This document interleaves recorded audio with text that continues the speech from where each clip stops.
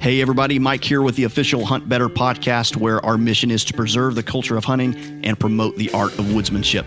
Hey, today we're hanging out with one of my good friends and one of my favorite guys in the world of DIY hunting, Steve Sherk of Sherk's Guide Service out in Pennsylvania.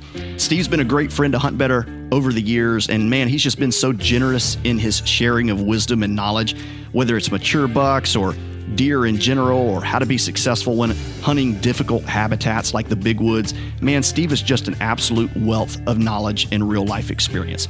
And one thing you'll quickly learn about Steve, and really all the great successful hunters of our time, is that he's always learning. He's never thinking that he's got it all figured out. He's always trying to hone his edge. And man, that just equates to a ton of time in the woods, a ton of boot leather laid down, and honestly, just a ton of humility, especially when he's already been so successful chasing mature big woods bucks. So if you take anything away from this podcast, I hope that it's Steve's willingness to continue learning and then to continue passing along what he's learned so that other generations can benefit and grow into great woodsmen. So again, thanks for being here. Let's hop into the podcast. So when I think about Steve Sherk, I think about this old soul that really keeps woodsmanship at the core of everything. And I was talking to you just a little bit earlier, and I was able to go back through some of your podcasts you did, like the early ones, and it was just a reminder of, like, when I watch you, man, this guy's like having so much fun walking through the woods, looking for buck beds, walking these just gnarly clear cuts. And you look like you're just having so much fun. So for me, I don't know if I've ever heard like your story of growing up as a hunter.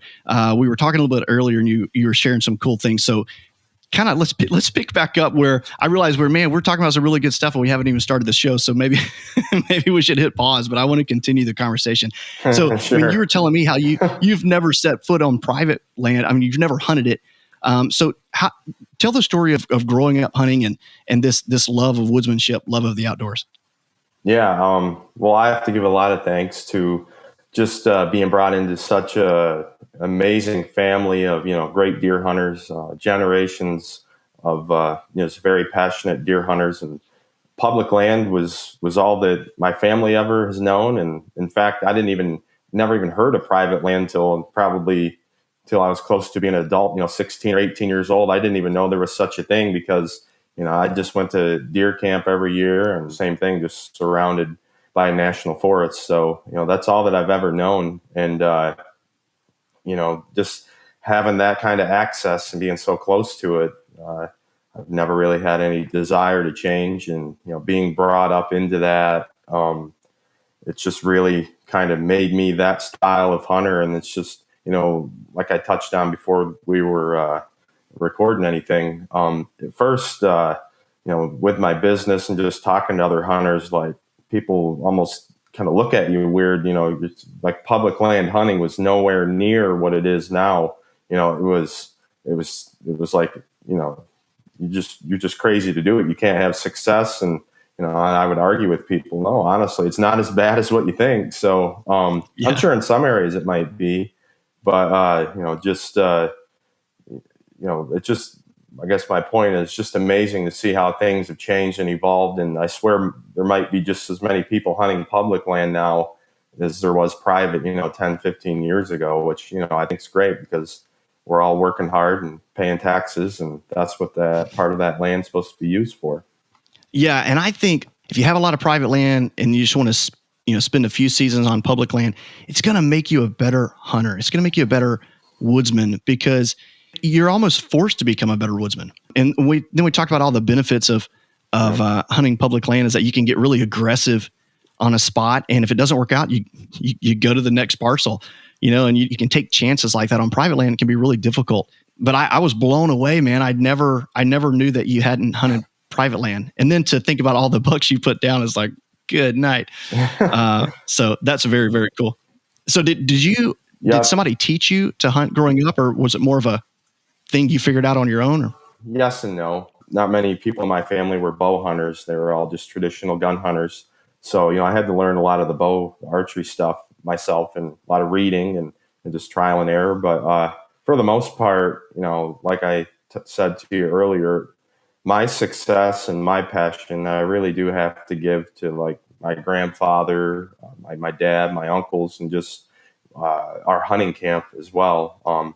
My dad brought me to hunting camp, honestly, I think when I was 4 or 5 years old, and it must just be in my blood because like the first time I ever got to go, it was like I wanted to be there every day. And even though it was just like 2 weeks out of the year, not even that long for me, but the whole gun season, like it was definitely, I could tell that this was part of my purpose in life. And, then when you're surrounded by passionate, knowledgeable, and, very hardworking hunters as well, like it really has molded me into the person that I am today. And so, my point is I give a lot of the thanks to my family and for just kind of sparking the fire for me. But it's definitely, there's definitely never been a day I've regretted any bit of it. And it's just a huge part of my life. And the good Lord's blessed me from it in many ways.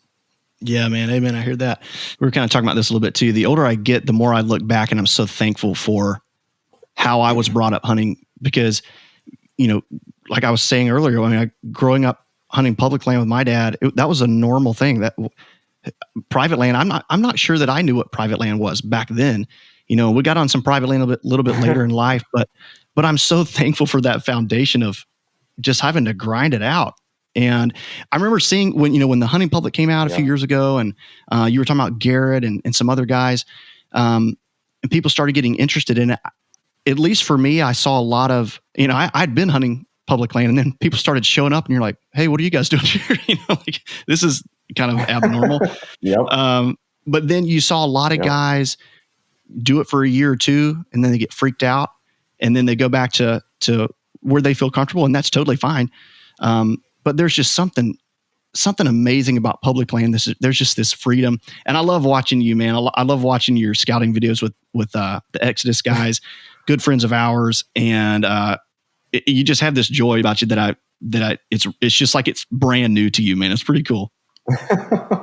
Yeah, every time I step foot in the woods, and I say this to many people, like there's never a time, and I'm in the woods a lot, like I don't pick up something new. I mean, every day is a new experience out there, and my brain's just like a sponge. It's soaking up everything that it can, and it's not that I really even have to try to make it to. It's just, like I said earlier, it's really in my blood, and that's what makes me so passionate and just so joyful about it when it's a part of your purpose in life, really. Yeah, man. A large part of the HuntBetter community is people who love to learn, and everybody we've talked to so far has this knack for learning, or this desire to learn and continue growing. And there's no real idea of being stagnant. This feeling of like I've made it. There's always this, no, I need to get better here. I need to grow here. I'm thankful for what I've learned, but I need to continue growing. And so, man, you display that. It's so cool. Well, I hope you got your questions ready, everybody. We're going to start at the top here and see how many we can get through. I got plenty of my own that I may sneak over and read from too. So first question here, what sign do you focus on the most in big woods, and why? Sure. Honestly, it might be a little bit of a surprise, but I'm not so focused on like rubs and scrapes a lot of times. Especially, they're not rubbing and scraping heavily year round. So it's hard to always stay on something fresh unless you're looking for big tracks.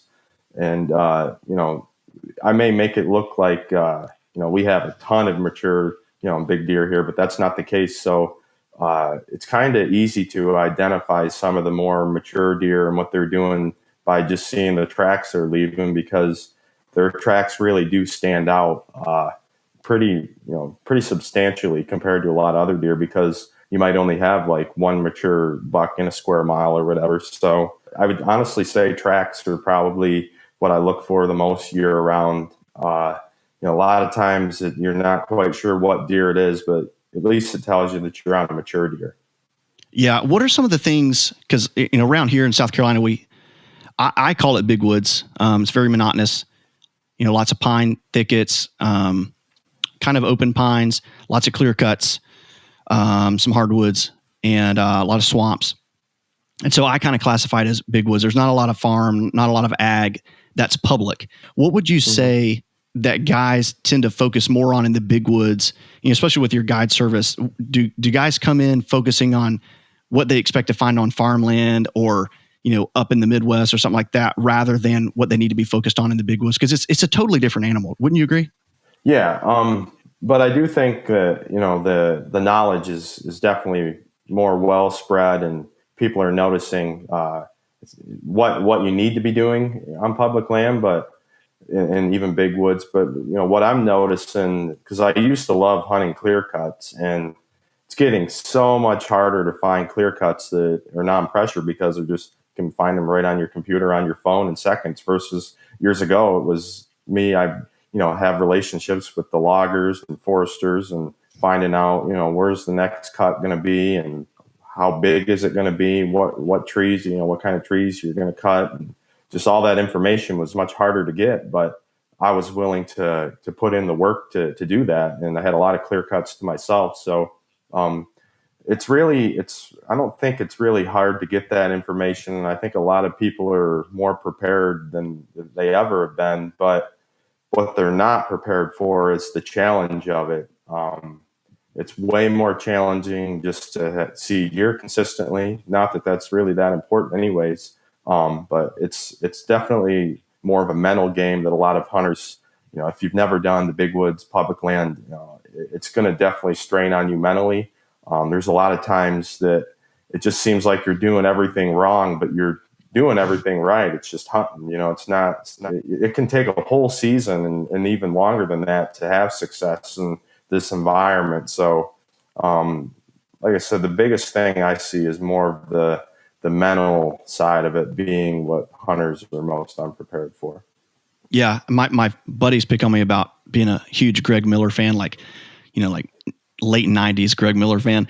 And in one of his books, he talks about this, I think it's like one of the beginning chapters. He talks about, look, when you're hunting the big woods, it's all about the mental aspect and staying positive when you're not seeing a lot of deer. And at least for me, that is absolutely the case. Yeah. But then when you do see a deer, if you're in the right spot, hopefully it's going to be the right one. Exactly. It used to not be that way here. There used to be way more deer than what there is now, but a lot of changes in management. So a lot of hunters are still adjusting to the more realistic type big wood situation, and that's even local people are really struggling with it mentally as well because of the change. It's kind of like when Mike Tyson says everybody's got a plan until they get hit in the mouth, and you can have a plan hunting the big woods, and then when you show up, it's so amazing how it can eat you up so fast. And you're like, maybe I need to go over here because of that.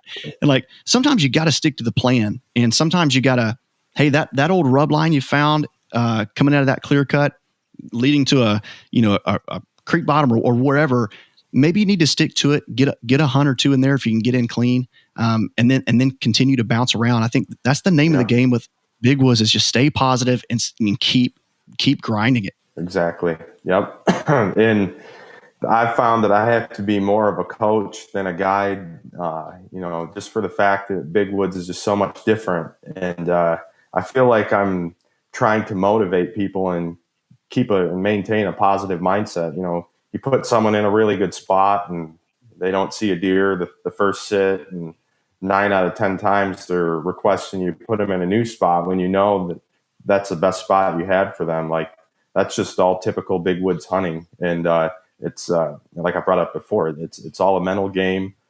It's not about consistent deer sightings. It's a lot about having experience. And if you don't have experience out there, it really makes it challenging. But after you gain that experience, you start to become much more confident, especially when you've had some success. And that's really what it all boils down to. Yeah, I agree with that completely. When you go into a big woods section, let's say a big woods section you haven't been into before, what's the sign that's going to make you're just learning this property, you've just seen a clear cut on the map, you go there, what's going to make you go, okay, this is worth coming back and hunting for? Like maybe you're not dialing in your spot yet, but you're going, hey, this is worth hunting. Mm-hmm. Yeah. Well, I'm way more of a boots on the ground kind of guy. Like, I don't really do a lot of satellite maps and just picking out something that's good, because I feel like that's what everyone else is doing.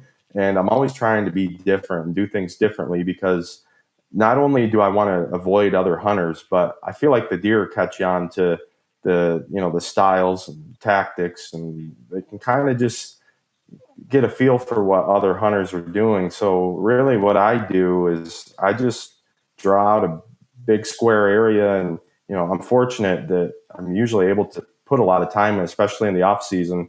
And I just start putting the boots on the ground, and I'll start looking for like what kind of feed trees are in the area. Are there apple trees? Where are the oaks at? I'm looking for, where's their cover? I've been getting away from clear cuts a lot, and I'm looking for stuff that can only be found from boots on the ground. There's a lot of like hidden understory type cover that's really good. A lot of high stem count, great browsing areas that you're only going to find them if you put boots on the ground. And really nobody's hunting these areas. And kind of my point to that is these mature deer are catching on to that. It used to be in a lot of clear cuts, it seemed like every clear cut, especially ones with a good browse source in them, would hold a mature deer, and those bucks would never even come out of there, except a lot of times just at night to, maybe harass some of the other deer in their area and get a drink and, maybe throw some sign down. But now it's kind of an opposite effect, where I'm noticing they're not even bedding in those cuts because of the pressure, but they are, bedding, sometimes even maybe up to a mile away, but that can be a great feeding area now, but they're only going in there at night. And that really plays a trick on you too, because unless you're running cameras, you see all this sign, you see the thicket, and you're like, bingo, there's got to be a big buck living in here, and he's only coming at night. But it's just all those kind of little things that you got to, know as a public land hunter, and kind of evolve as the process goes on. Because like I said before, there's so much information on how to be successful doing this, that if you're not trying to be a little bit different, you're going to wind up doing the same thing everyone else is doing. And for mature deer, like I said, they're catching on to it. So I'm a boots on the ground guy, looking for overlooked stuff, hard to get to stuff. That's the only way you're really going to have spots to yourself, because honestly, the number one thing on public land, maybe I said this before, but it'd be good to say it multiple times. Hunting pressure dictates everything. I don't care what food is out there. I don't care how good the habitat is. Humans and hunting pressure are going to have the biggest impact on what the deer are doing in your area. So if you're not kind of avoiding that and playing around that and watching what other hunters are doing, especially me, another thing I'm looking for is what is the access to this area like? And I'm actually sometimes coming in from a really odd way, hard to get to. People would say, you're nuts. Why are you doing that? But just being different, not doing what everyone else is doing, making a big loop or coming in from the backside. And just a mature deer is going to not expect that. You're kind of like throwing a curveball at them. But just being like that in public land is really how I've still been able to have success, really. Yeah. And man, the access thing, I guess maybe putting access in its right place as far as one of the top things for me. I ask myself to stay focused. I ask myself, where's he bedded? Where's he headed? And then how am I going to access him? How am I going to access into that spot? It's so critical. And when I started focusing on access, maybe 4 years ago, I started taking access really seriously, because it's not that sexy thing. It's not that, you can't really use a tool for it or anything like that. It's just boot leather. But when you think about we're hunting an animal down and we don't want him to know that we're there, we're hunting something down, and access is incredibly important. And if you blow access, you could blow your whole hunt. So yeah, man, access with the big woods. And that's what makes it harder, because when you're talking about access on the big woods, it could be a mile and a half out of the way, but it's just what it takes sometimes. Oh yeah. Try to avoid like the big parking spots, make your own parking spots, honestly, because mature deer know that as well. They've caught on to how hunters are, where are they parking, how they're moving through the woods, and just always try to be a little bit different. And you'll honestly see, a big increase in success. Hey, quick little ad break here. If you're wanting to learn more about Steve and how he's become so successful in the big woods, we'd love for you to visit HuntBetter.us and check out all the content we have from Steve that is exclusive to the HuntBetter community. Steve has lots of footage over on the site showing you specific things he's looking for, how to understand scrapes, overlooked food sources, buck beds, and man, just lots of other things. He's even featured in one of our Breaking Down the Hunt episodes where he walks you through exactly how he killed a really impressive Pennsylvania public land big woods buck. So be sure to visit huntbetter.us, use code podcast30, all caps, and save 30% off any membership. Let's get back to the podcast. All right, we're going to move on to Rich. Rich says, what do you focus on come October 15th through the 31st? Can you break it down as far as bedding and scrapes? Yep. That's a little, for us, it's a little bit of a transition period. I always seem to get screwed up like mid-October. I'll get I start to get way more excited about October 15th. And usually what happens is I'll start to pattern a buck. A lot of that's going to be based on just sign and camera intel. And then literally, I'm probably hunting them around the 16th through 18th. And then he's doing what I call the rut shift, where he's actually shifted everything. Like he could even be a mile or two away then, even though all that fresh sign that was just made a couple days ago is still there. And, same with your camera pictures and that. So that middle October period is a very tricky period because bucks are just starting to break out of that early season pattern, and they're kind of starting to develop more into like a rut type environment. A lot of them are going to switch their bedding to doe bedding, and they might even change up their whole feeding pattern and everything. So it's a tricky time in that mid-October period. I've had some success, and some bucks will hold on to that pattern a little bit longer, and you might be able to still use that up to like October 20th. But, once you get to like October 20th, I'm definitely more into like a rut phase. I love to hunt scrapes, that later part of October. It's been a little harder here hunting scrapes in the past 2 years. What I have noticed is if your does aren't holding consistently, it doesn't seem like scrapes are as attractive to bucks. Like those does aren't hitting them, or sometimes also mature deer too. If there's not another mature deer in the area, a buck doesn't really seem to be as interested. But the does are the big key for me in scrapes, and we haven't had mass crop in a couple years, and so a lot of the does are just like scavenging. They're in one place one day and gone the next. So you'll find a hot scrape, and some of them just haven't. It just hasn't been as good the past couple of years versus when we had acorns. But when you do have a consistent doe pattern, a bed to feed pattern, I love hunting scrapes that time. You'll find that there's a period where bucks they might not hit that scrape every day, but you'll get mature deer, on a certain scrape if it's in the right spot, maybe 2 or 3 times in 1 week. So if you're patient, and you look at the odds of that, you got a really good chance in the right situation to kill a mature deer, maybe from the 20th of October to Halloween, just by hunting an active scrape, just as simply as, having maybe even just one camera picture of that deer on it. If you have a reason for that deer to come back, especially, good consistent doe activity, and you're confident those does are going to stay there, he's more than likely going to come back. That's actually how I killed my deer 2 years ago. It was in November 6th though, but that scrape pattern was still pretty good. That buck started hitting those scrapes that the does were consistently working, and I just kind of stuck to it, and he showed back up. So I would say, I'm a pretty big scrape guy that time of year. Yeah, and I've heard you say too, this idea of hunting the downwind side of these scrapes, and not 10 or 15 yards downwind, but maybe even like 40 or 50 yards downwind. Talk to that a little bit.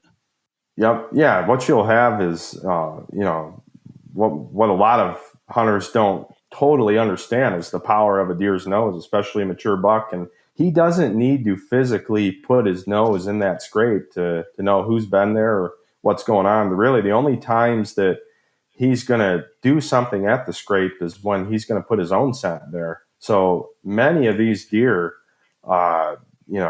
are not even hitting these scrapes at all, but they're coming by them. And I've noticed that mostly through, just through trail cameras. Like at first you think that, maybe it's my camera or, something's just not quite right with that scrape. But then I started to realize that, what these deer are doing, because I could start to figure out what the predominant wind was in that spot, is they're just coming downwind of that scrape and moving right on. I mean, if you had a nose like that, I don't think you would want to cover the extra 10 or 20 feet or further if you didn't need to. So they'll bounce by a scrape downwind, and you would never notice, unless you had a camera on it, or because I guess my point is, like, you'll find a scrape and you're like, it doesn't look like it's really been hit that recently. But a lot of these bucks are coming back and coming by these scrapes and not putting any sign at all, not scraping them back up or doing anything. So if you have just good traditional scrapes that get hit every year, you'll be surprised how active they are, as far as, bucks at least coming in downwind and checking them out. So that's why a lot of times I like to back off a little bit, because I'm factoring that buck to come in downwind, and I don't want him to come in, if I'm too close to it, behind me and get my wind. Or really, I don't want a buck. I like, to be 20, 30 yard shot with a bow. Like, that's ideal for me. I actually don't even like a 5 or 10 yard shot. I like a little bit of breathing room. So you can get 40, 50 yards, downwind of the scrape, and you're still going to be fine, at least for a mature deer. Most of those bucks are going to come in a little bit downwind. So, and another thing too, I'll touch on real quickly, is running cameras, and it's very controversial. And I know, there's two sides to it. I put my cameras more ground level because I'm trying to reach out as much distance as I possibly can. Like, that camera is set to reach out 90, 100. I think some of them go a little more than 100 feet, but I'm trying to get all the intel that I can, versus if you have that camera, 10 feet up in the tree, angled down at that scrape on the ground, you'd be surprised the intel you're missing out on, because you're not able to cover that real long range due to the angle of your camera. So something to keep in mind. I know a lot of hunters get worried because they feel that, they're spooking deer with their cameras at ground level, and if they're high up, they're a lot less likely to get stolen. But I'm more of gathering as much intel as possible. I'm sure we might touch on some of my trail cam stuff, in this chat here. So every bit of data I can gather and as much intel, that's why I really suggest putting those cameras at ground level. That way you can reach out and get the most intel as possible, because there's a lot of action beyond those scrapes downwind that you'd never really know unless you were set up right for it. Yeah, man. I wonder how many bucks are alive because somebody looked at their trail camera, didn't see any big bucks checking that scrape, and moved to a different place. I mean, it's amazing to think how many bucks have survived because of that one little, overlook, or oversight. Yep. So yeah, let's keep. I'm a scrape nerd, man. There's so much more I need to learn about scrapes, but I could talk about scrapes this whole time.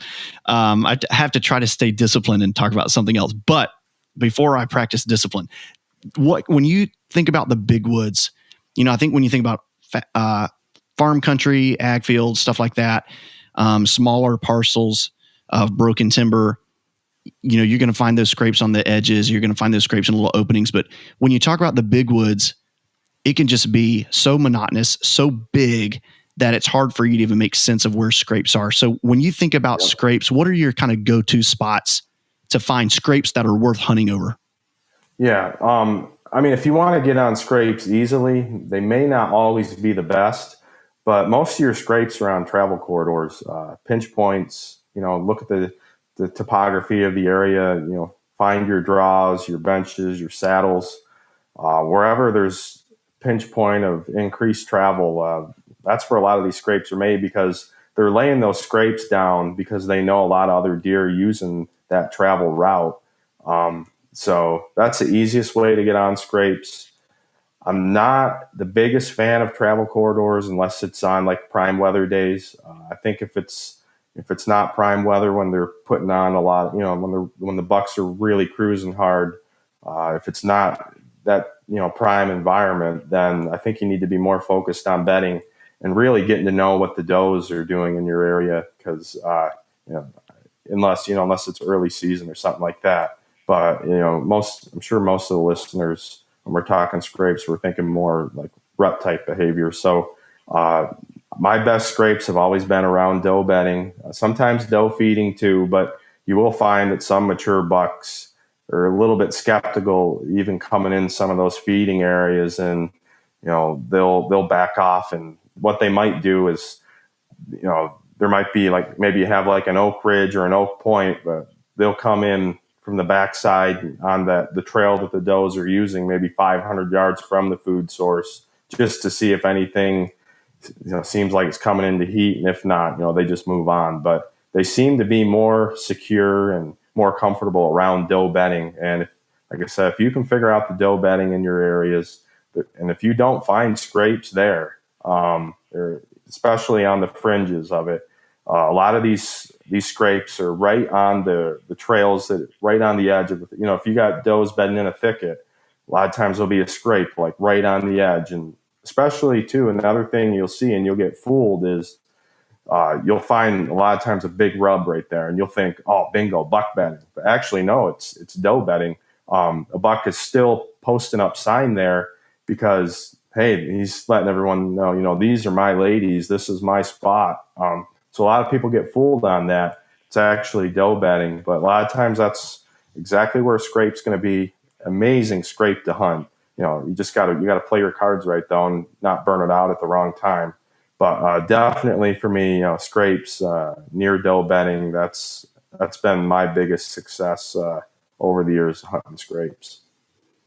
Yeah, I love how you factor in you said it several times, you factor in what the does are doing so much when it comes to scrapes. And it makes sense. Like when you stop and think about it, you're like, oh yeah, that's probably what I should be doing.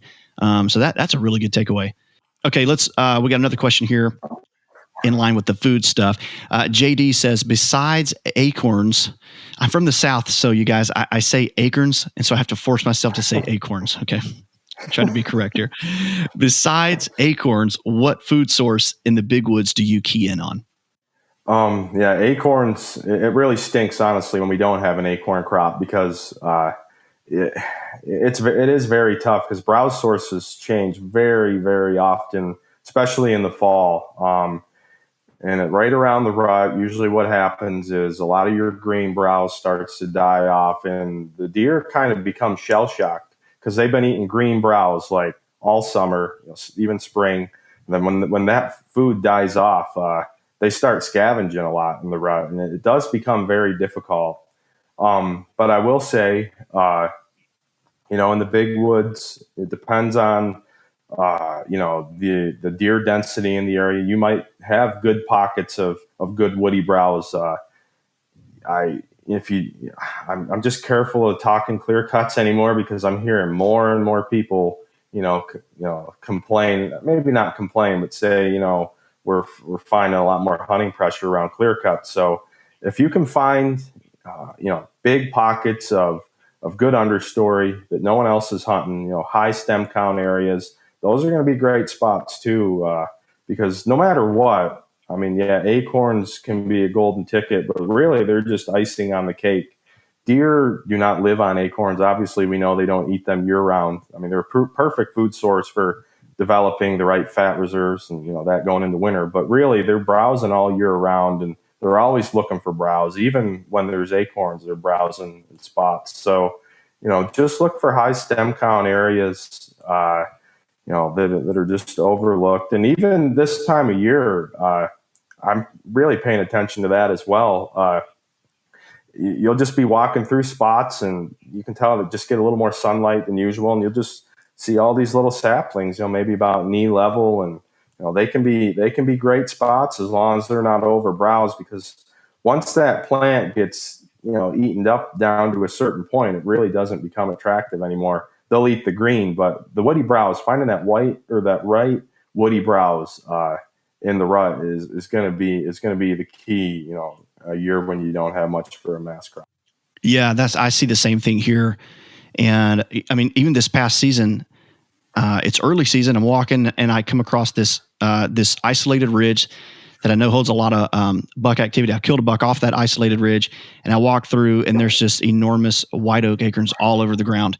But then, as I still have several hundred yards to go before I get to where I need to be, and I find acorns the whole way to where I want to be. And what it turned out to be was that whole, however many acres that area is just loaded with acorns, and it's almost like a bad thing.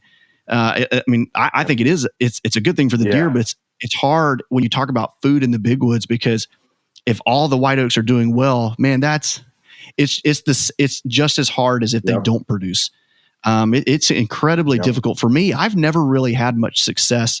When I look back on the last several kills, none of them were really related to. I guess they were related to food, but none of them were hunting over a feed tree. I've just never really had much success hunting that way, because it's just so hard to nail down, because it's so big and monotonous.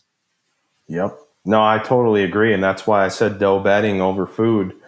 And that's, if you do have a good patch of cover, you might have an acorn flat that's almost a square mile, but you have a good thicket near there, probably have a heck of a setup, because those deer are going to take advantage of that cover. And like I said, even though you got food everywhere, but finding those pockets of cover near the acorns, a lot of times that's where you can find good buck bedding there too, but usually a closer pocket of cover is going to be where your does are. The does tend to bed, much closer to food.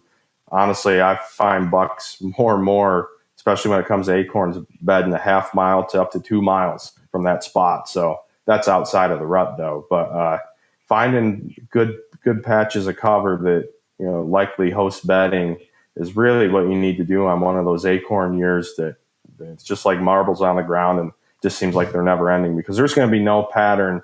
They're going to feed on one side of the ridge one day, and it's just, they're all over the place in that situation. And it still can be a decent spot, but it's not going to be consistent enough. Yeah.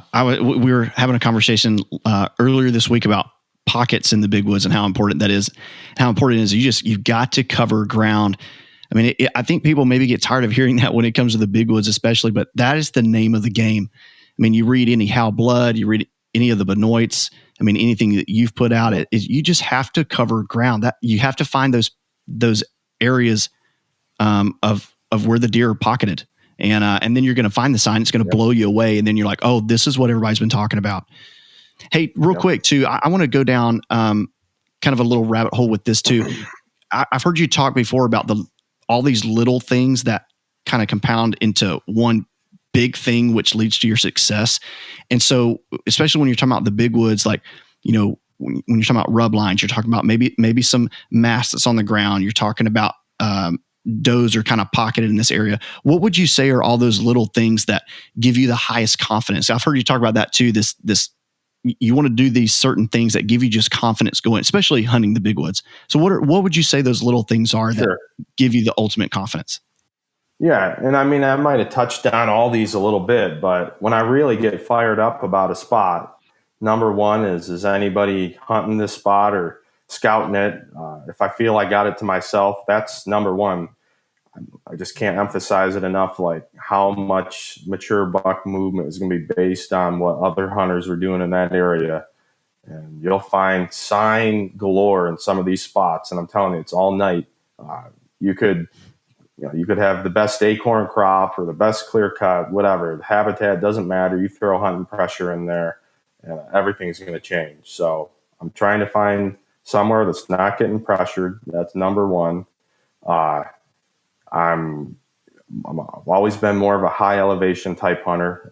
There are certain situations, especially even in the rut, creek bottoms and certain types of weather conditions that you're going to bring deer down low. But I'm looking for stuff high elevations because it's generally 90% of the time near where the bedding is, near where they're going to be comfortable. I'm a big fan of hunting around cover. Once again, not so much clear cuts. I love hidden understory stuff, a lot of beach brush as well, remote areas. And I'm just kind of, this whole thought process of what I'm looking for Then when I go in and, hopefully I've already got some cameras in there as well.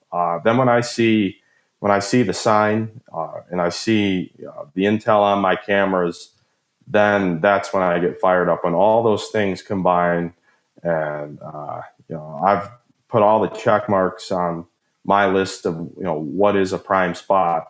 And really, I know I've touched on this in some other podcasts, even on social media and that, but when I have a really good spot, that's when I use what I call my 3-day strategy. I'll hunt that spot for 3 days in a row. I don't do much for all day sits. I really don't have time to do all day sits as well. But generally, based on the intel or the situation, I try to decide, is this more of a morning spot or an evening spot? And I'll hunt that spot 3 days in a row. Because what I've found is, especially once again with mature deer, you don't tend to see them in the big woods like in the same spot 3 days in a row, but they'll kind of make their rounds.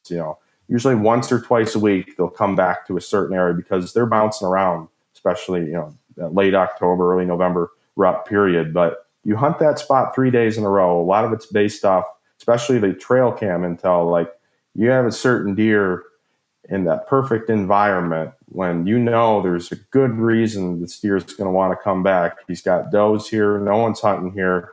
There's no pressure. He's got good security cover. I'm pretty confident if I hunt this 3 days, I'm going to see this deer. And we've used that as well with some of our clients. And a lot of the times after day 1 or day 2, they haven't seen that deer even much at all. And they didn't stick to it well enough. But honestly, sticking to that plan, can't tell you the success that I've had when it's the right spot. You're not just going to go anywhere in the big woods, finding something half decent and hunt it for 3 days and use that strategy. But like when you said, when everything kind of shows up and, all my alarms start ringing and when I know I found what I needed to find, that's when I like to use my 3-day strategy. And I mean, I think I used the 3-day strategy last year before. I mean, I want to say 4 or 5 years in a row, I've killed a buck in archery doing that 3-day strategy. Always kill them on the second day, though. I don't think I've ever killed one on sit 3, but it's been like day 2 for me, like 4 years in a row. But I don't mind that. I'm willing to wait it out 2 days to say the least. Yeah, no doubt, man. So break that 3-day strategy down for people who haven't heard it. I mean, how are you protecting your access, keeping that spot clean? Because I guess, and I've heard people talk about this kind of cycle, this pattern that they'll be on in the big woods. And I've witnessed that myself. And it comes down to what we were talking about earlier, is that mental aspect of going, no, I need to trust this. I need to trust this. I don't need to bail, and go find something else because I'm going to kind of run into the same situation. So one, how do you protect your access? Because I think that's probably one of the main questions, like, well, how do you get in and out without getting detected? The biggest thing for me is knowing where the deer are bedding. If it's a morning spot, generally the deer are not quite in bedding. A lot of our deer are down in the bottom. So if it's a morning spot, I'll try to access it from a higher elevation, or if I can, even, because most likely I'm hunting a high elevation, if there's not a road up high or whatever, I'll focus more on a higher elevation just to stay out of those bottoms where I think the deer are at. If it's an afternoon spot, then it's usually the opposite. I'll come in from low where I know nothing's bedding and work up high. A lot of times too, if I feel that the deer are onto me a little bit, I'll do 2 different things. I will change up my route slightly, maybe 100 or 200 yards, just take a little different route, because you might get a mature deer that was in there the day before and he caught your scent. And when he comes through again, he might be thinking of that scent trail. He might even pick up that old scent trail, or he might want to check your trail just to see if you're in there. He might even pick up on the tree that you're in. So whenever I sense that the deer are onto me a little bit, also, I'll usually move my stand. A lot of times it only takes 20 or 30 yards. That's what's great about being a mobile hunter. And even this year, I've, like some of my posts, I want to be more of an even better ground hunter with no stand at all. But being more mobile definitely increases this the chances of the deer, the lessens the chances of deer catching on to what you're doing. A lot of times, they're still somewhat secure in that spot, but if they smelled your scent at the base of a certain tree or whatever, they'll usually just skirt you, 50, 60 yards. And over the years, we used to mainly just use like ladder stands, and early in the season we'd have a little more success, and then everyone would always say, "Oh, I saw a mature deer today," but everything's 50, 70, 100 yards out, and that's when we started to catch on. Like, it only takes a couple times, and these deer are starting to know that they'll still come through the area, but they're not going to come anywhere near that stand because they know that there's consistent human activity at that spot. So, like I said, a lot of times, especially the second or third day into an area, I might just shift 20, 30, 50 yards, maybe sometimes a little bit more, just to kind of throw it off a little bit. Because like I said, they don't generally completely leave the spot, especially because they haven't seen you, but they've just picked up on your scent, but they'll just circle around that scent to where really they're not picking it up as freshly, and it just makes them a little bit more secure in that spot. So just kind of mixing things up a little bit totally doesn't hurt. In fact, that's what I'd recommend doing if you're using 3-day strategy. Second and third day, just move a little bit and do things just a little bit differently. Yeah, that's a strategy I need to work on personally, man. That's really good. How do you know when to start the 3 days? How do you know when to go? Okay, if I get this intel maybe on Monday. Go ahead. Sorry. Yeah, no, that's exactly right. I mean, you're looking for fresh intel. I'm not looking for what happened 2-3 weeks ago. Especially most of my hunting, most of my success has been like October 20th to Halloween. So I'm looking for something pretty fresh. If I check a camera, and there's even decent sign in the spot, everything seems right, but all that intel was maybe before October 20th, before, what I call that rut shift, I'm probably not going to hunt there. What I'm really looking for is that I want to see fresh sign. I don't have to see a ton of it, but fresh rub or two, a real recent scrape, along with some intel of on my cameras of at least one mature deer that I'm interested in hunting. And then, because at that time of year, like I said, late October, the most important thing that you want to see more than anything is some consistent doe activity in that spot. Because the reason why that buck put that sign up there was because he knows there were does there, and he's going to come back. I can't tell you exactly when, but he's going to probably come back soon. If he senses that there's some consistency of doe activity there, eventually 2, 3, 4 days, 5 at the most, he almost always comes back. And that's where that whole 3-day strategy kind of hit me one day. I was like, man, if I just would have sat in some of these spots for 3 days, I would have killed this deer. And it's just, I make it sound a lot easier than what it is. And, you're also going to get deer on camera like once a year. God knows why he came through. But there's certain deer in every area that, especially because a lot of mature bucks, they're not just like bouncing around like miles and miles to find any hot doe, but a lot of mature bucks have claimed a rut area, like a breeding area. I even think that he knows specifically what does he might breed. If he's a really mature deer, he probably knows, not that they have names, but he knows that doe from the years before or whatever. So that's the situation when he's going to come back, because he's been having a good time with her in years in the past. And he knows, that late October, early November period, he's probably going to get lucky with her. So there's a lot of reason that he's going to come back. And especially if you have history with a deer in a certain spot and you start to see those patterns, you hit it at the right time, you throw that 3-day strategy in there, you'll definitely see some success once you really start to figure out how to play that game. And definitely reach out to me. I could honestly probably write a book on that strategy, because there's just so much to it. But it's, like I said, I'm just glued to it because it's worked for me for so many years in a row now. Yeah, I need to incorporate that, man. I've heard it from several people. I've read it from guys who I really respect. I'm hearing it from you now, so it's kind of one of those things where it's like, man, I need to start doing that. I think I have little stretches of where I do it, but I need to, because like we were saying earlier, that mental aspect of the big woods can just beat you down into the ground. Okay, so we got some more questions coming in. Any thoughts or evidence on the most mature bucks bedding in bull systems? Yes, I've seen that a lot. It's not something like I'm going to say that's what you totally need to focus on.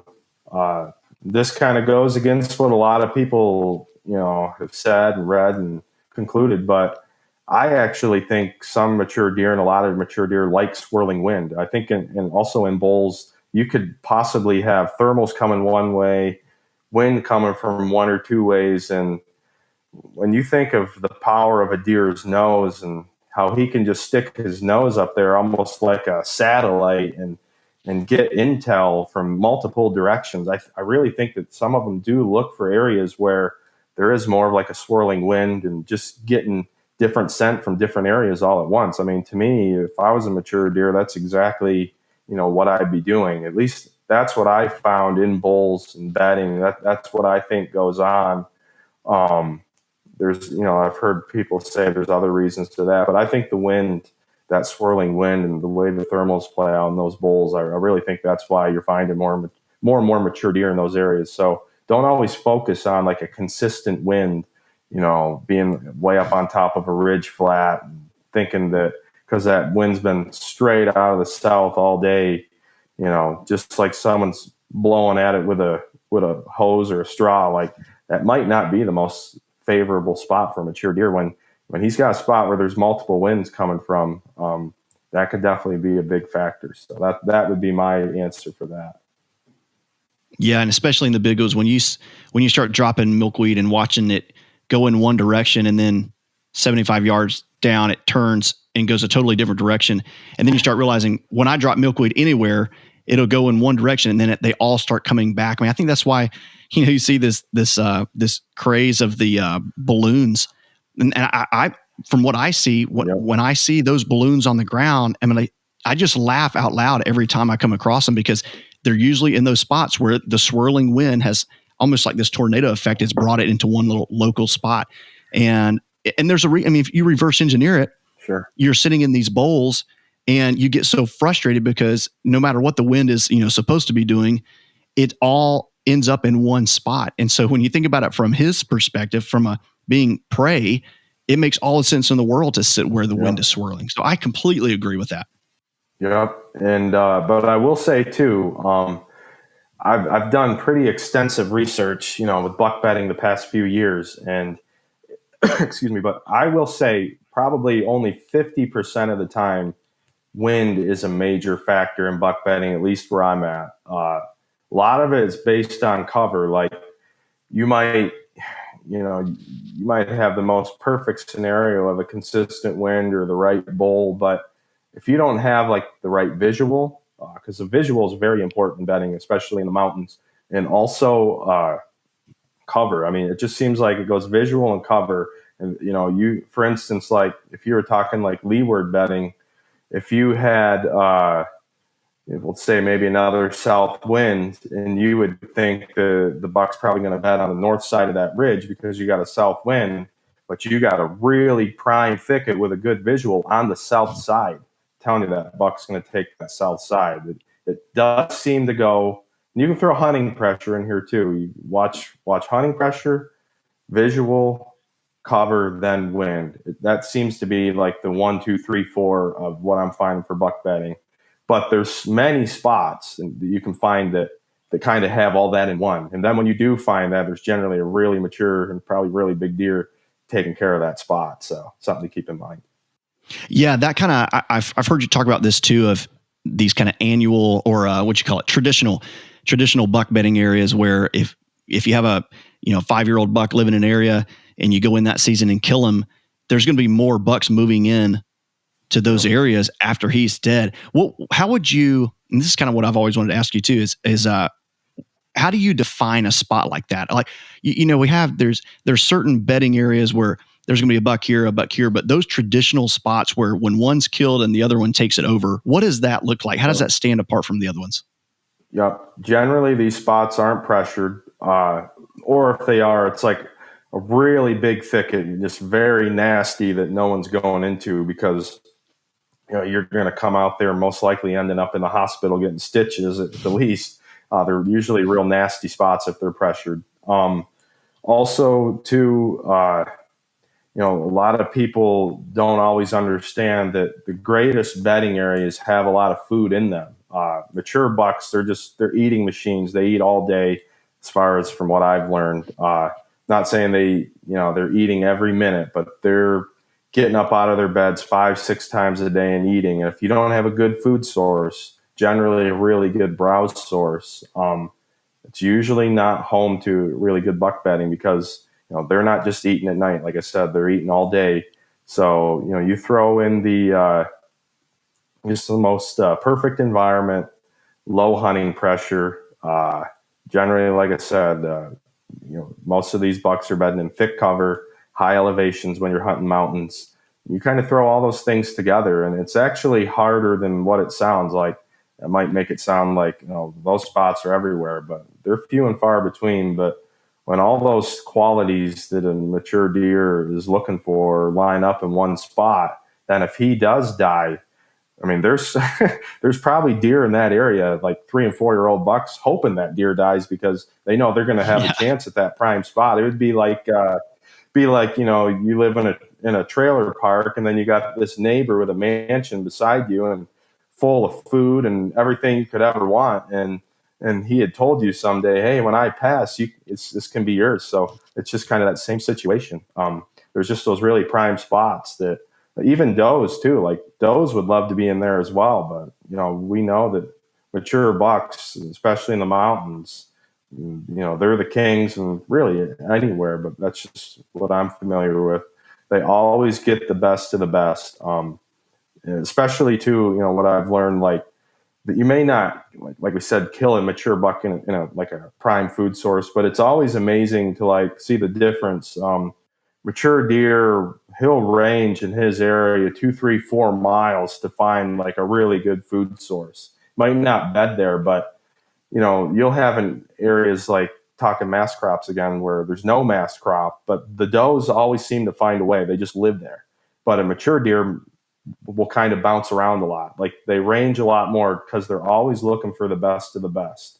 And even if their bedding changes, because we don't, in public land, we don't have the ability to constantly maintain the property and groom it and keep it luxurious. We kind of have to adapt and evolve as the habitats change in front of us. So you'll have a spot that might be good 4, 5, 6 years, and then eventually it grows old and doesn't attract them anymore. And then you got to move on and find where they've shifted. So it's definitely totally different ball game out here. Yeah, and then sometimes you figure a spot out after 3 or 4 years, and you're like, "This is the year," and then you show up and they've logged it. That's another great thing about hunting the big woods. Yeah. Oh, you're like, okay, exactly. Now to plan B. Yep. What I find a lot, like here on the national forest, is you get some of these really good clear cuts full of high stem count and new growth, and they're really just starting to turn into major buck bedding areas. But then they're coming in and spraying them with herbicide, and you've put all your scouting and all your hopes were in that one spot, and then when they kill these clear cuts off, because once they spray that herbicide, it's just like a field after that. That's just another thing, public land you have no control of. I don't really complain about it, because as long as you're allowing me to hunt here, I'll adjust with what these deer are doing. But there's just so many different things that can happen that can totally throw a curveball at you.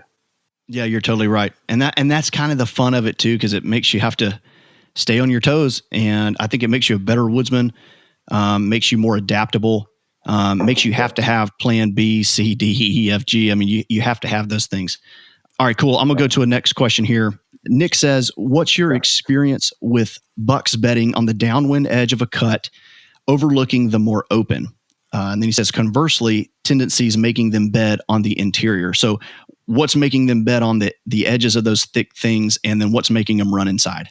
Usually what I see is a shift. If it's early season, I rarely find them bedding on the edges, because at least what I've found is, especially if that mature deer is with a bachelor group of bucks, he's went the whole spring and summer, a lot of more open woods and edge bedding, and using his friends as, more security and to overlook danger. It seems like once they split up from those bachelor groups, they really start to seek out the interior of cover, because I think they're a little bit scared and just like, holy cow, it's just me here now, and I just got to watch out for myself. So they tend to bed more on the interior more early in the season. But then what I do find is closer to the rut, or even in the rut, I don't find them bedding a lot in the cover. A lot of it's on the edge or 20 yards in looking out, because once again, they're really starting to pay more attention to what not just the does are doing in their area, but they're really more focused on what other deer are doing. So they're constantly watching and just really paying attention to their area versus trying to hide. That rut bedding is not so much hiding, but it's more observing. So that's when I see that type of bedding taking place. Yeah, man, that blew my mind a little bit there, because that's exactly what I see, but I never phrased it like that. They have bedding where they're thinking about hiding, but then they have bedding where they're observing. That's such a great, you guys, that's a great takeaway, because I see that as well during, around here, peak rut is October 30th. And you see a lot of bedding start shifting to heads of drainages, more subtle timber funnels along the edges where things kind of shrink down a little bit, because they want to be able to observe everything rather than being tucked away and not knowing what's going on. So, man, what a great way to put that. That's incredibly helpful. Yeah, just real quickly, probably inside of like some real thick cover, I don't think they're getting this as good a scent of what the other deer do. I mean, there's so much obstruction, the wind's bouncing around so much cover, that I think they're having a hard time picking up scent. But on the edge, they can still have a little bit of security and pick up scent better as well. So I think that's also a reason why that happens. Yeah, because I've seen them bed on. I've jumped them off of hot scrape lines, and you're looking into the thick, waiting to find them. And then there's one buck in particular I jumped. One of the bigger bucks I've seen on the hoof here in South Carolina, and he was bedding right on a creek bottom, kind of at the end of a drainage, and was almost wide open. He was in a little patch of cover, but it's kind of like when a toddler thinks they're hiding behind the chair, but they're really not. And he wasn't really hiding, but he was there. It's almost like he was sitting at the intersection. Like, I'm gonna sit right here because something's bound to come through here. And it's amazing to see them almost start, in a way, hunting the funnels, for does. So really, really cool stuff. Absolutely. Yeah. It's just like us. Yep. Yeah, that's right. Okay, so we got some more questions coming in, and then I want you to talk about trail cameras for a little bit, because I know you get excited talking about it. All right, Chris, we're going to let Chris's question be the last one here. He goes, could you break down how you would go about scouting a new piece of big woods with no clear cuts and no ag nearby? What would be your process of scouting a new area like this? Sure. Yeah. I mean, that's constantly, I've done that this year, like numerous times. So, that's kind of the area that I'm looking for anymore. Once again, it's really just boots on the ground, like kind of, pick out a section of ridges where you might have ridges going in multiple directions, because another thing you're going to find is different types of plants and cover, even like oaks. Like you might have on the south side of the mountain or ridges is more likely to produce more white oaks and maybe a little better mass crop situation, but it's still good to have like some north sides where you're going to have more shade. Drought years, you're going to have more moisture, and even like this year, because we had some big drought conditions. A lot of activity was on the north sides, because eventually that was the only green plants available, and even it all boiled down to some areas. All there was ferns, and they'll still eat them.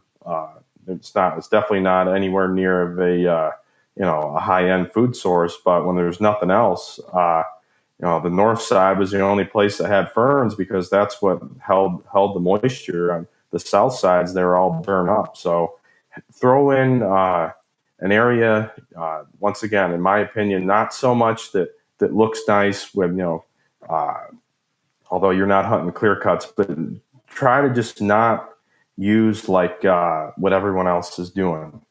Just factor on ridge systems with multiple different faces, like a north, south, east, west. Make sure you have some creek bottoms in there, and just kind of wing it. Put boots on the ground, get to know it really, really well. Sometimes it's going to be a waste of time.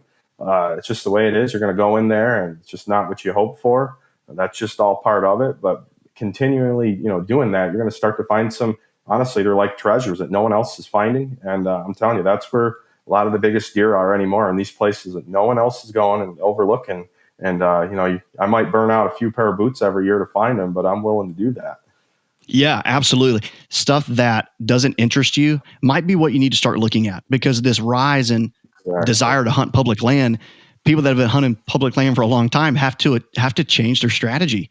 And maybe you're looking at something that doesn't look sexy on the map, or doesn't look sexy when you ride by it, because that's where they are. Yep. It can all boil down to there's really nothing there. But because no one else is there, no one ever goes there, that's why that deer is there. It might be a wide open hillside, but there's no access. It's up a steep mountain. You might have to cross a deep stream to get there. You might need chest waders, but he's learned that. Overall, even if it doesn't have, I did say that most of the time there's good food and, it's the most perfect world. But if there is a lot of hunting pressure, and that's the only place he can get security, he's going to take that spot over anything else. So that's honestly what it's coming down to in a lot of areas. Yeah, I completely agree. That was a great question, Chris. Thanks for asking that, man. Okay, so before we take a break and wrap things up, I want to give you a few minutes to talk about the trail cam study. I was so pumped when you came out with this. You talked about it with the guys over at Exodus, and it's a great video. I think it was something like 150 cameras over 2 years, over like 100,000 acres. I remember you saying one of the main factors was temperature. That's kind of the main thing that stood out to you. So talk about kind of your, 2 or 3 biggest takeaways from that trail cam study. Yeah. I've actually been doing it, probably about 6 or 7 years now. It was just kind of one of those things that I knew that there was valuable intel that, I was just kind of throwing down the drain every year. I figured, running all these cameras, and there was just certain days you'd see like spikes in movement, and why were all these cameras on fire in different areas certain days? And I said, I got to start paying attention to this, because there's a lot of good information here. When I first did it, I kept track of it was crazy. Moon phase, wind, barometric pressure.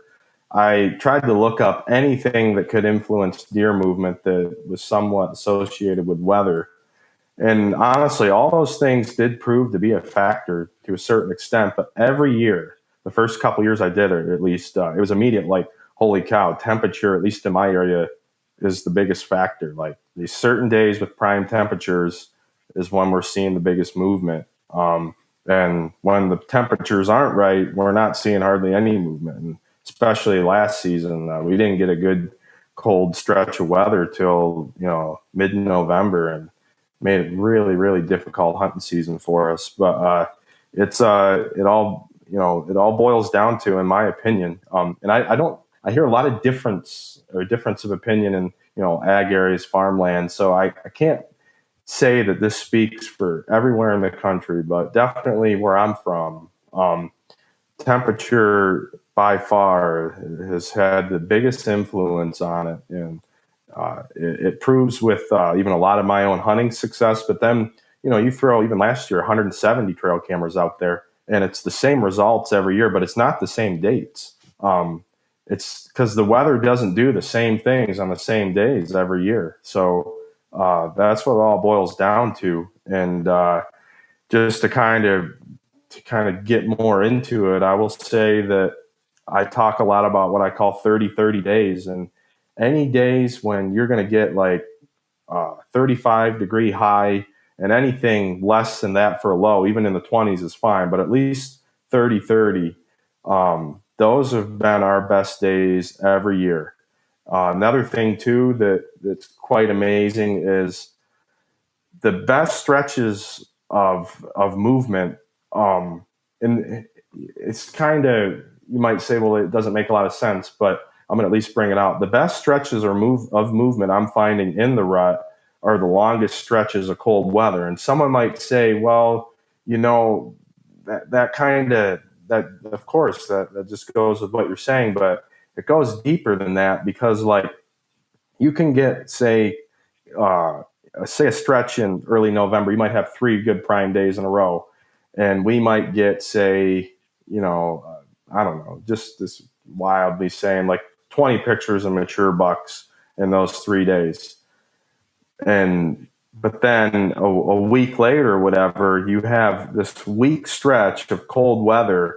And on average, every day, you could say like you're getting 30 pictures. So it's almost as if some of these mature deer are sensing these longer stretches of colder weather, and that's when they really, really move. Like that's when they kind of, and this could also be related to the fact, and I've brought this up, is we've had 2 years of no mass crops, and I've seen declines in antler growth. I've seen effects on herd health. So my point is, at least in the past couple of years, has it been the fact that these bucks are waiting for a prime stretch because their bodies aren't quite ready, because they haven't have the right adequate fat reserves to really, start going like crazy? But it's been quite interesting that if you get a good week stretch of cold weather overall each day, that's the best stretch of the rut we're seeing every year, at least the past few years when this has happened. That's what's been quite interesting to me. And it's not like November 1st to 6th every year. Like the past 3 years, it's been 3 different weeks, but it's all based on weather. Wow.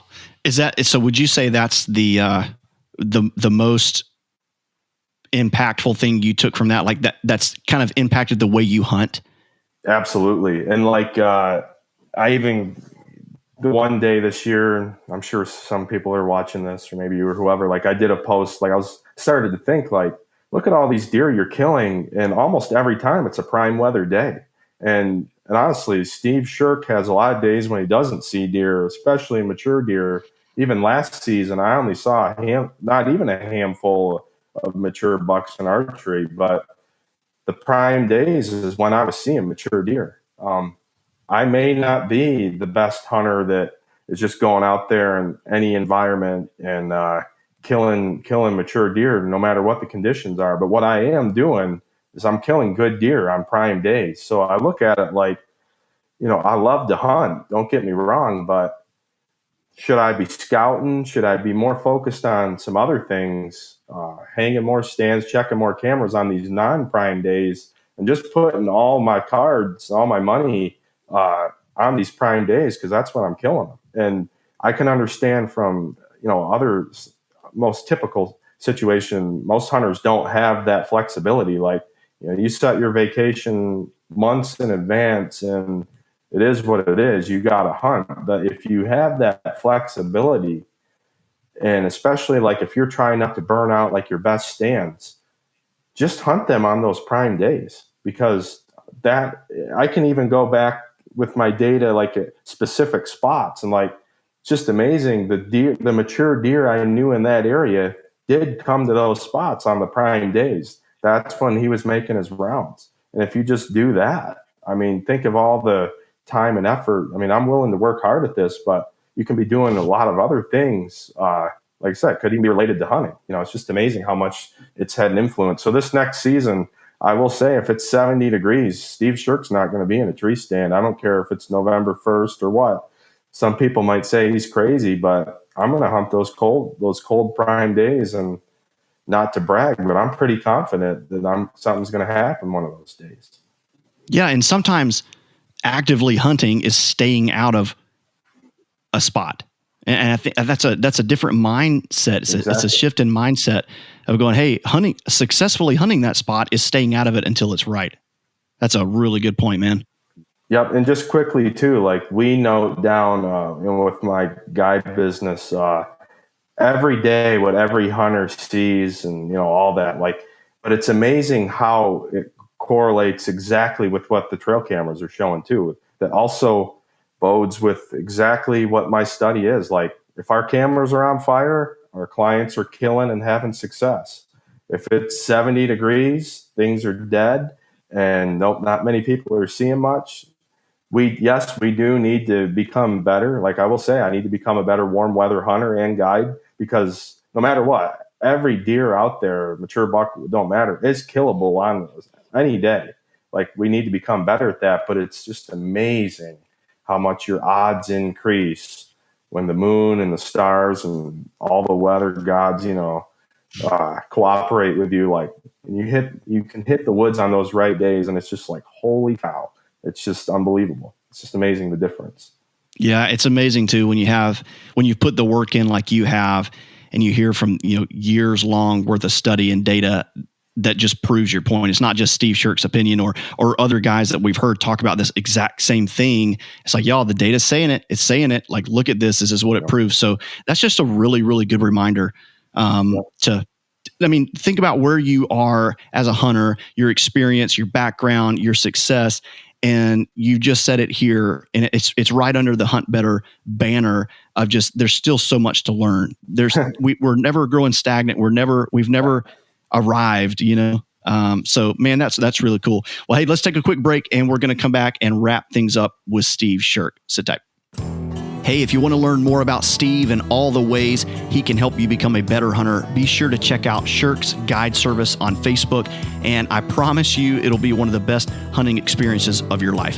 He also does seminars and scouting classes, so there's just lots of ways to take advantage of the decades of experience that Steve has. And honestly, man, he's just a super guy and truly cares about the hunting community, and he wants to see hunters be successful, and he wants to help them enjoy the outdoors even more. So be sure to reach out to Steve, book a hunt with him this fall over at Sherk's Guide Service. You will not regret it.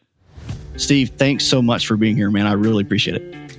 No, totally my pleasure. I was looking forward to it, and it's been a long talk, but I didn't even feel that way at all, so I could keep on going. And I'm really also looking forward to what you guys are going to continue to produce. I've been on many interviews, and this is a really good one. So I know you guys are going to have great success with this. And I wish you all the best with it, to say the least. Well, thanks so much, man. That's super kind. It's probably funny just seeing me geek out and want to ask you tons of questions. I looked up and I saw the time, and I was like, oh no, we're out of time. I have like 18 more questions. But well, dude, thank you for that. Thank you for the kind words. Thanks for being here. And hey, everybody watching, everybody that tuned in and asked a question, thank you so much for being here. Thanks so much for supporting HuntBetter. Remember to hunt harder, hunt smarter. We'll see you next time.